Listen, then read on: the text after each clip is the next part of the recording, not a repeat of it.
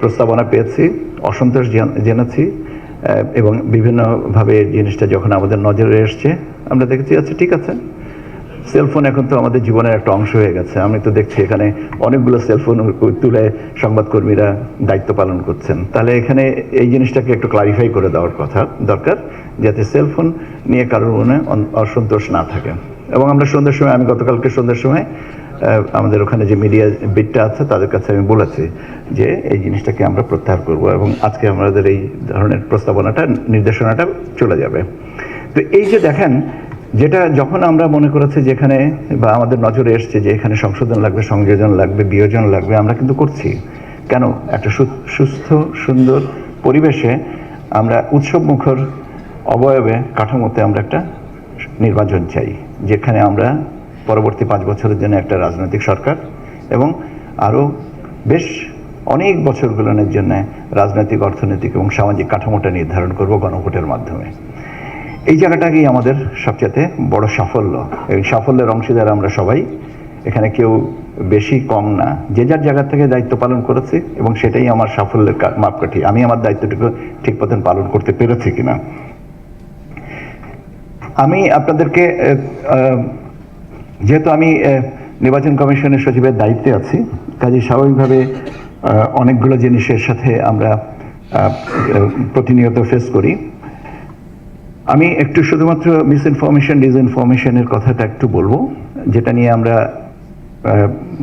যেটা প্রতিনিয়ত ঝামেলা ফেস করি। সেটা হচ্ছে যে এই ধরনের কন্টেন্টগুলোর সোর্স অরিজিন এটা বের করা খুব ডিফিকাল্ট। যতই ডিফিকাল্ট হোক না কেন, আমরা যখন এটাকে পাই ফ্যাক্ট চেকের মাধ্যমে, এটা যখন পাই, তখন যদি দেখা যায় যে এটার অরিজিন আমাদের ভৌগোলিক সীমানার বাইরে, তখন আমরা আসলে কিছু করতে পারি না। কিন্তু ভৌগোলিক সীমারেখার মধ্যে যদি হয়, তাহলে আমরা অনেক সময় বা প্রায়শই এটা দেখতে পারি, আমরা নিয়ন্ত্রণে আনতে পারি। আমরা নিয়ন্ত্রণ প্রতিষ্ঠা করার চাই না, আমরা চাই ব্যবস্থাপনাটা এমনই হোক যে আমরা অপতথ্য থেকে দূরে থাকবো। কাজে আমরা যদি ওই জায়গায় একটু দায়িত্বশীল হই, এবং আমি জানি আমরা সবাই দায়িত্বশীল, এবং আমরা সেই জায়গাটাকে যদি আমরা ঠিক মতন পালন করতে পারি, তাহলে জিনিসগুলো আমাদের জন্য সহজ হবে। এটা গেল একটা বিষয়। আজকে মিডিয়া সেন্টার, এটা মূলত যে বিদেশি সংবাদকর্মীরা আসছেন তাদের জন্যে এটা, তারা এখানে তাদের দায়িত্ব পালন করবেন। এখানে আমাদের সহকর্মীরা যে সুযোগ সুবিধা করে দিয়েছেন, সেখানে এই ফ্যাসিলিটিসটা তারা করবেন, এবং এটা করবেন একজন আমাদের এখান থেকে কমপ্লিমেন্টারি। আমি জিজ্ঞাসা করেছিলাম যে তাদেরকে পে করতে হবে কিনা, তো আমাকে মাননীয় তথ্য সচিব বললেন যে না, এটা কমপ্লিমেন্টারি। এটা আমরা কমপ্লিমেন্টারি দেই, কিন্তু বিদেশে অনেক জায়গায় আছে যখন আমাদের দেখা যায় যে আমাদেরকে কিছু ক্ষেত্রে আমাদেরকে পে করতে হয়েছে। আমি এটা বলছি না যে এটা আমাদের বিরাট একটা বদান্যতা, কিন্তু এটাও একটা বিষয় যেটা আমাদেরকে মনে রাখার দরকার। সংবাদকর্মীদের বিভিন্ন জায়গায় যাতায়াতের সুবিধা আছে, তারা যাবেন, সংবাদ সংগ্রহ করবেন ইত্যাদি। একটা জিনিস নিয়ে আমরা এখন কাজ করছি, সেটা হচ্ছে রেজাল্ট ম্যানেজমেন্ট। নির্বাচনের ফলাফল আসবে, কেননা প্রচারণা শেষ হয়ে গেছে রাজনৈতিক দলগুলোর। আমরা এখন নির্বাচন আপনার রেজাল্ট ম্যানেজমেন্টের, বিকাল 4:30 পর্যন্ত ভোট হবে, 4:30 পর থেকেই রেজাল্ট আসবে, তাৎক্ষণিকভাবে আসবে না। কেন্দ্র থেকে রেজাল্টগুলো আসবে আপনার অ্যাসিস্ট্যান্ট রিটার্নিং অফিসারের কাছে, অ্যাসিস্ট্যান্ট রিটার্নিং অফিসার এটা কম্পাইল করে দিবেন রিটার্নিং অফিসারের কাছে, রিটার্নিং অফিসার এটা ফাইনালি আমাদের কাছে পাঠাবেন। এবং আপনারা জানেন যে এবার রিটার্নিং অফিসারের দপ্তরে একটা ভোট কেন্দ্র করা হয়েছে, যেটা অতীতে ছিল না, সেটা হচ্ছে পোস্টাল ব্যালটের কারণে। সো পোস্টাল ব্যালট গণনা এবং প্রত্যেকটা ক্ষেত্র থেকে ধাপে ধাপে আমরা রেজাল্টগুলোকে আপনাদের কাছে পাবলিশ করব, এবং এই পাবলিকেশনের জন্য, রেজাল্টগুলোকে পরিচিত করার জন্য নির্বাচন কমিশনে আমরা যে দায়িত্বটা আছে আমরা রেডি করেছি, এবং ইনশাল্লাহ আমাদের বাংলাদেশ টেলিভিশন এবং বেতার থেকে আমাদের সহকর্মীরা ওখানে অলরেডি তাদের সাইট দেখে আসছেন। অন্যান্য মিডিয়া সহকর্মীরা যারা আছেন তাদের জন্য স্টল করা আছে। কাজে সুযোগের অভাব নেই, কমতি নেই।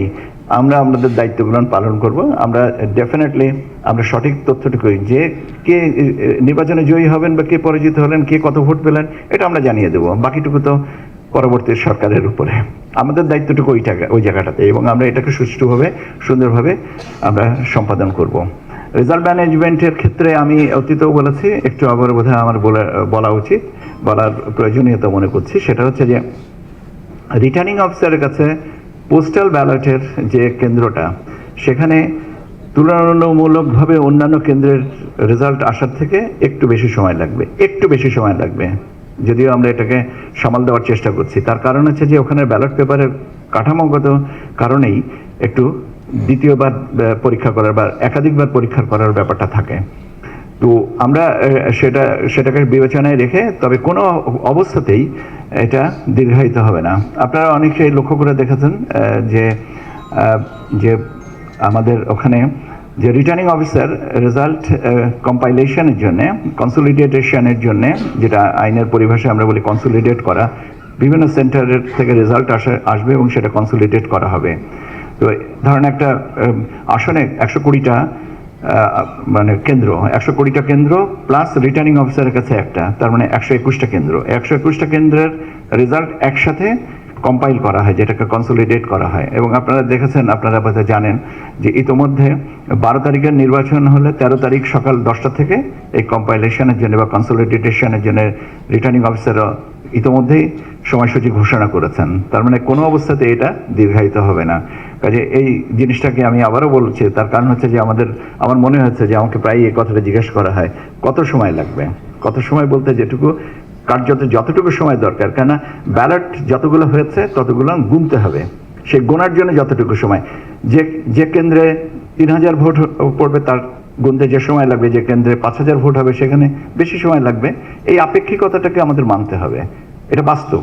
এবং এই জিনিসটাকে আমরা যেন সঠিকভাবে প্রজেক্ট করি, সেটাই হচ্ছে আমার স্বনির্বন্ধ অনুরোধ।